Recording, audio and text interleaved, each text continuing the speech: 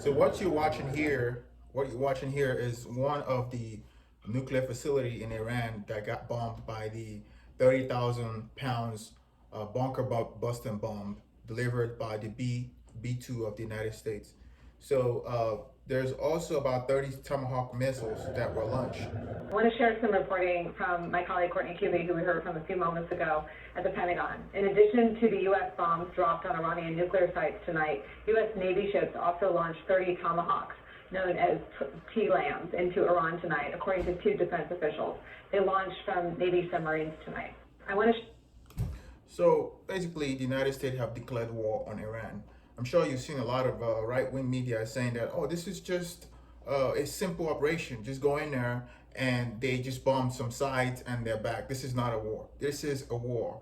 It's just like saying when Japan bombed Pearl Harbor, Japan just said, oh, this is not a war. It's just a simple operation. No, this is a war. When you go into a country and you bomb their facilities, you have just declared war on them. So that's exactly what's going on. Oh my goodness. Oh my goodness. It's a scene of complete devastation here. Look at the buildings. Look at these buildings. Look at the buildings here. Right along here.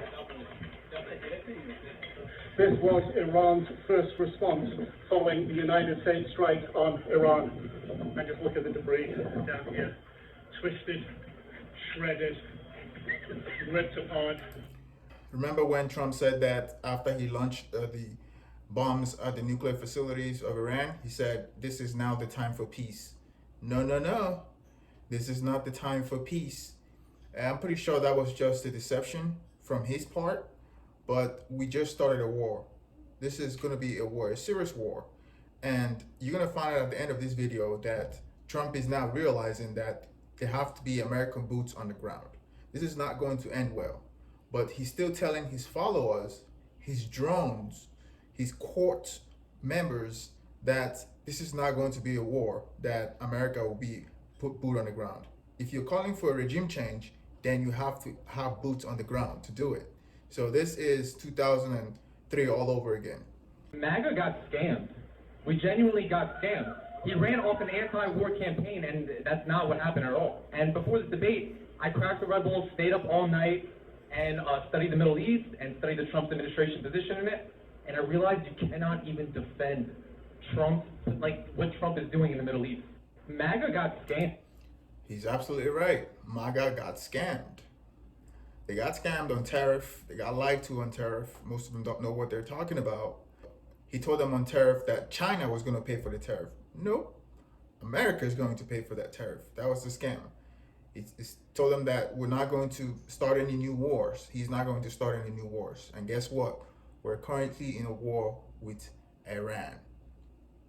This war is unnecessary. This war is unprovoked. And we're in it for no reason other than Trump's ego and his willingness. I don't know what Bibi Netanyahu got on him, but his willingness to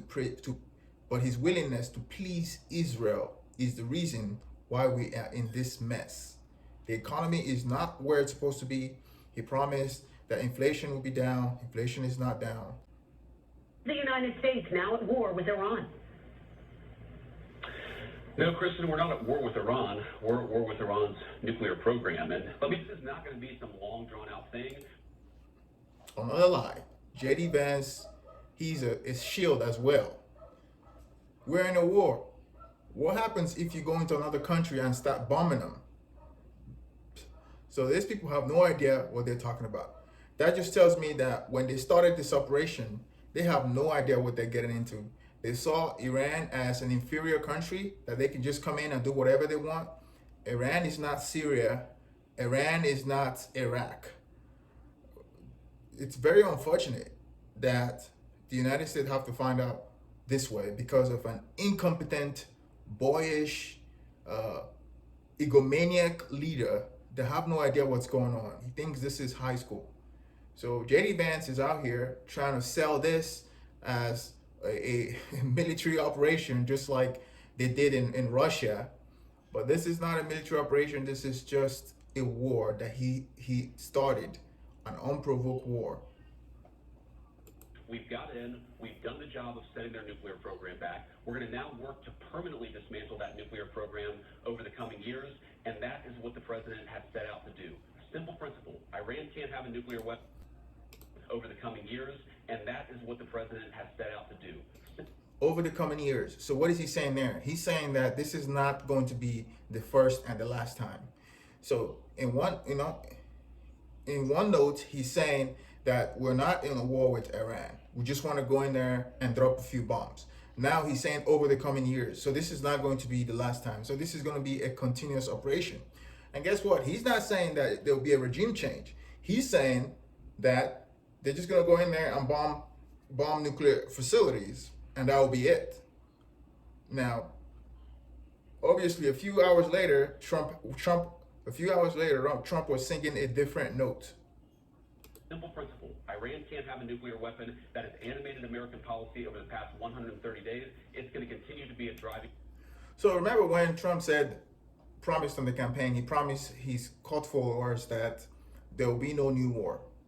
At that point, Iran had uranium enrichment by 60%. And when they got bombed last night, they still have 60% uranium enrichment. So nothing really changed. So he just lied. He lied and he betrayed MAGA. Even his intelligence director, Tulsi Gabbard, testified that Iran was not making a nuclear bomb. But he didn't listen to that. Instead, he paid attention to Israel. He paid attention to Benjamin Netanyahu, which is the same guy that got us into the Iraq war. Force of our policy in the Middle East for the next 3.5 years. 3 hours later.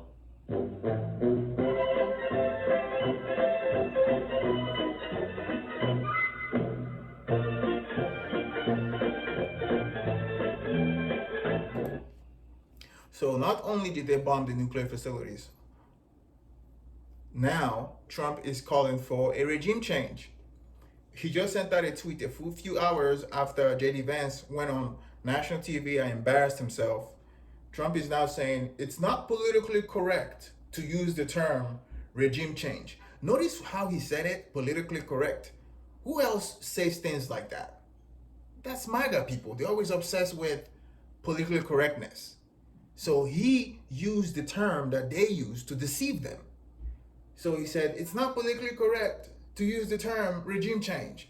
But if the current Iranian regime is unable to make Iran great again, what the hell are you talking about?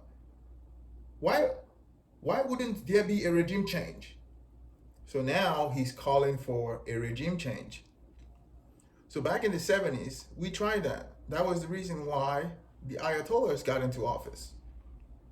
That is the reason why the Ayatollahs got into power, because of the regime change. So now Donald Trump is calling for a regime change. Who does this sound like? Who does this sound like? This sounds exactly like Benjamin Netanyahu. Benjamin Netanyahu 8 days ago declared war on Iran by bombing the Iranian nuclear facilities. But then he found out real quick, 6 hours later, that he effed up. And guess what he did? He called Trump on the phone and tried to get America into this war. And he threatened America, hey, America, if you don't get into this war, Iran is going to bomb New York. And apparently, Donald Trump, being the guy that wants to be in the center of attention, he fell for the trick. Now, he's bombing Iran. And we have no timeline on when we have no exit strategy. He wants a regime change. After a regime change, what comes after that? He has no idea. I'm pretty sure he has no idea. what comes after that. When he got into office, he promised that he was going to stop the Russia-Ukraine war, so that way he can convince Russia that the real enemy is China. Right now, it sounds really stupid. Of course, he failed because Ukraine and Russia are still fighting. Now, he just gave Russia an excuse, a precedent why you should attack a smaller country. Now, he just convinced China that he just convinced China that it's justified if you attack Taiwan. So America just set a precedent because of this guy that has no idea what he's doing. So now he's calling for regime change. Regime change, you couldn't even get a regime change in Venezuela. In Venezuela, you couldn't do regime change. Trump failed in regime change in Venezuela. If you fail in regime change in Venezuela, how are you going to be successful in Iran? They're now pro-Trump Republican glazers defending a fucking war in Iran. That's how it happened. Because they convinced you to be more concerned about a black person working at the DMV than a CIA contractor, Peter Thiel, and the Israel lobby. And you fell for it again. People are not your friends. Americans will die for Israel because they betrayed our country.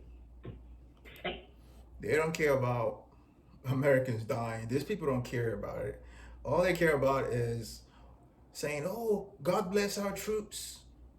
But they're not going to send their sons and daughters. They're going to send poor little Jimmy with a Trump hat in his head, thinking he's going to go there to save American democracy. Little did he know, little Jimmy, you're going there to save Israel. Israel got us into the war in Iraq. Guess how many Israelis died in Iraq?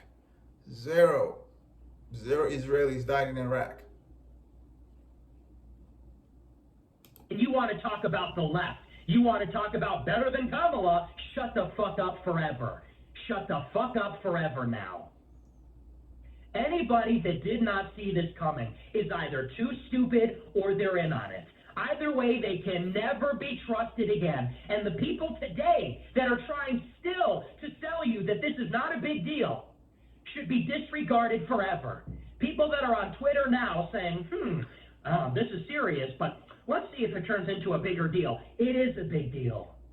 It is a big deal. This isn't like Syria in 2018. This isn't like Soleimani in 2020. This is a totally unnecessary provocation against Iran. This was a there now,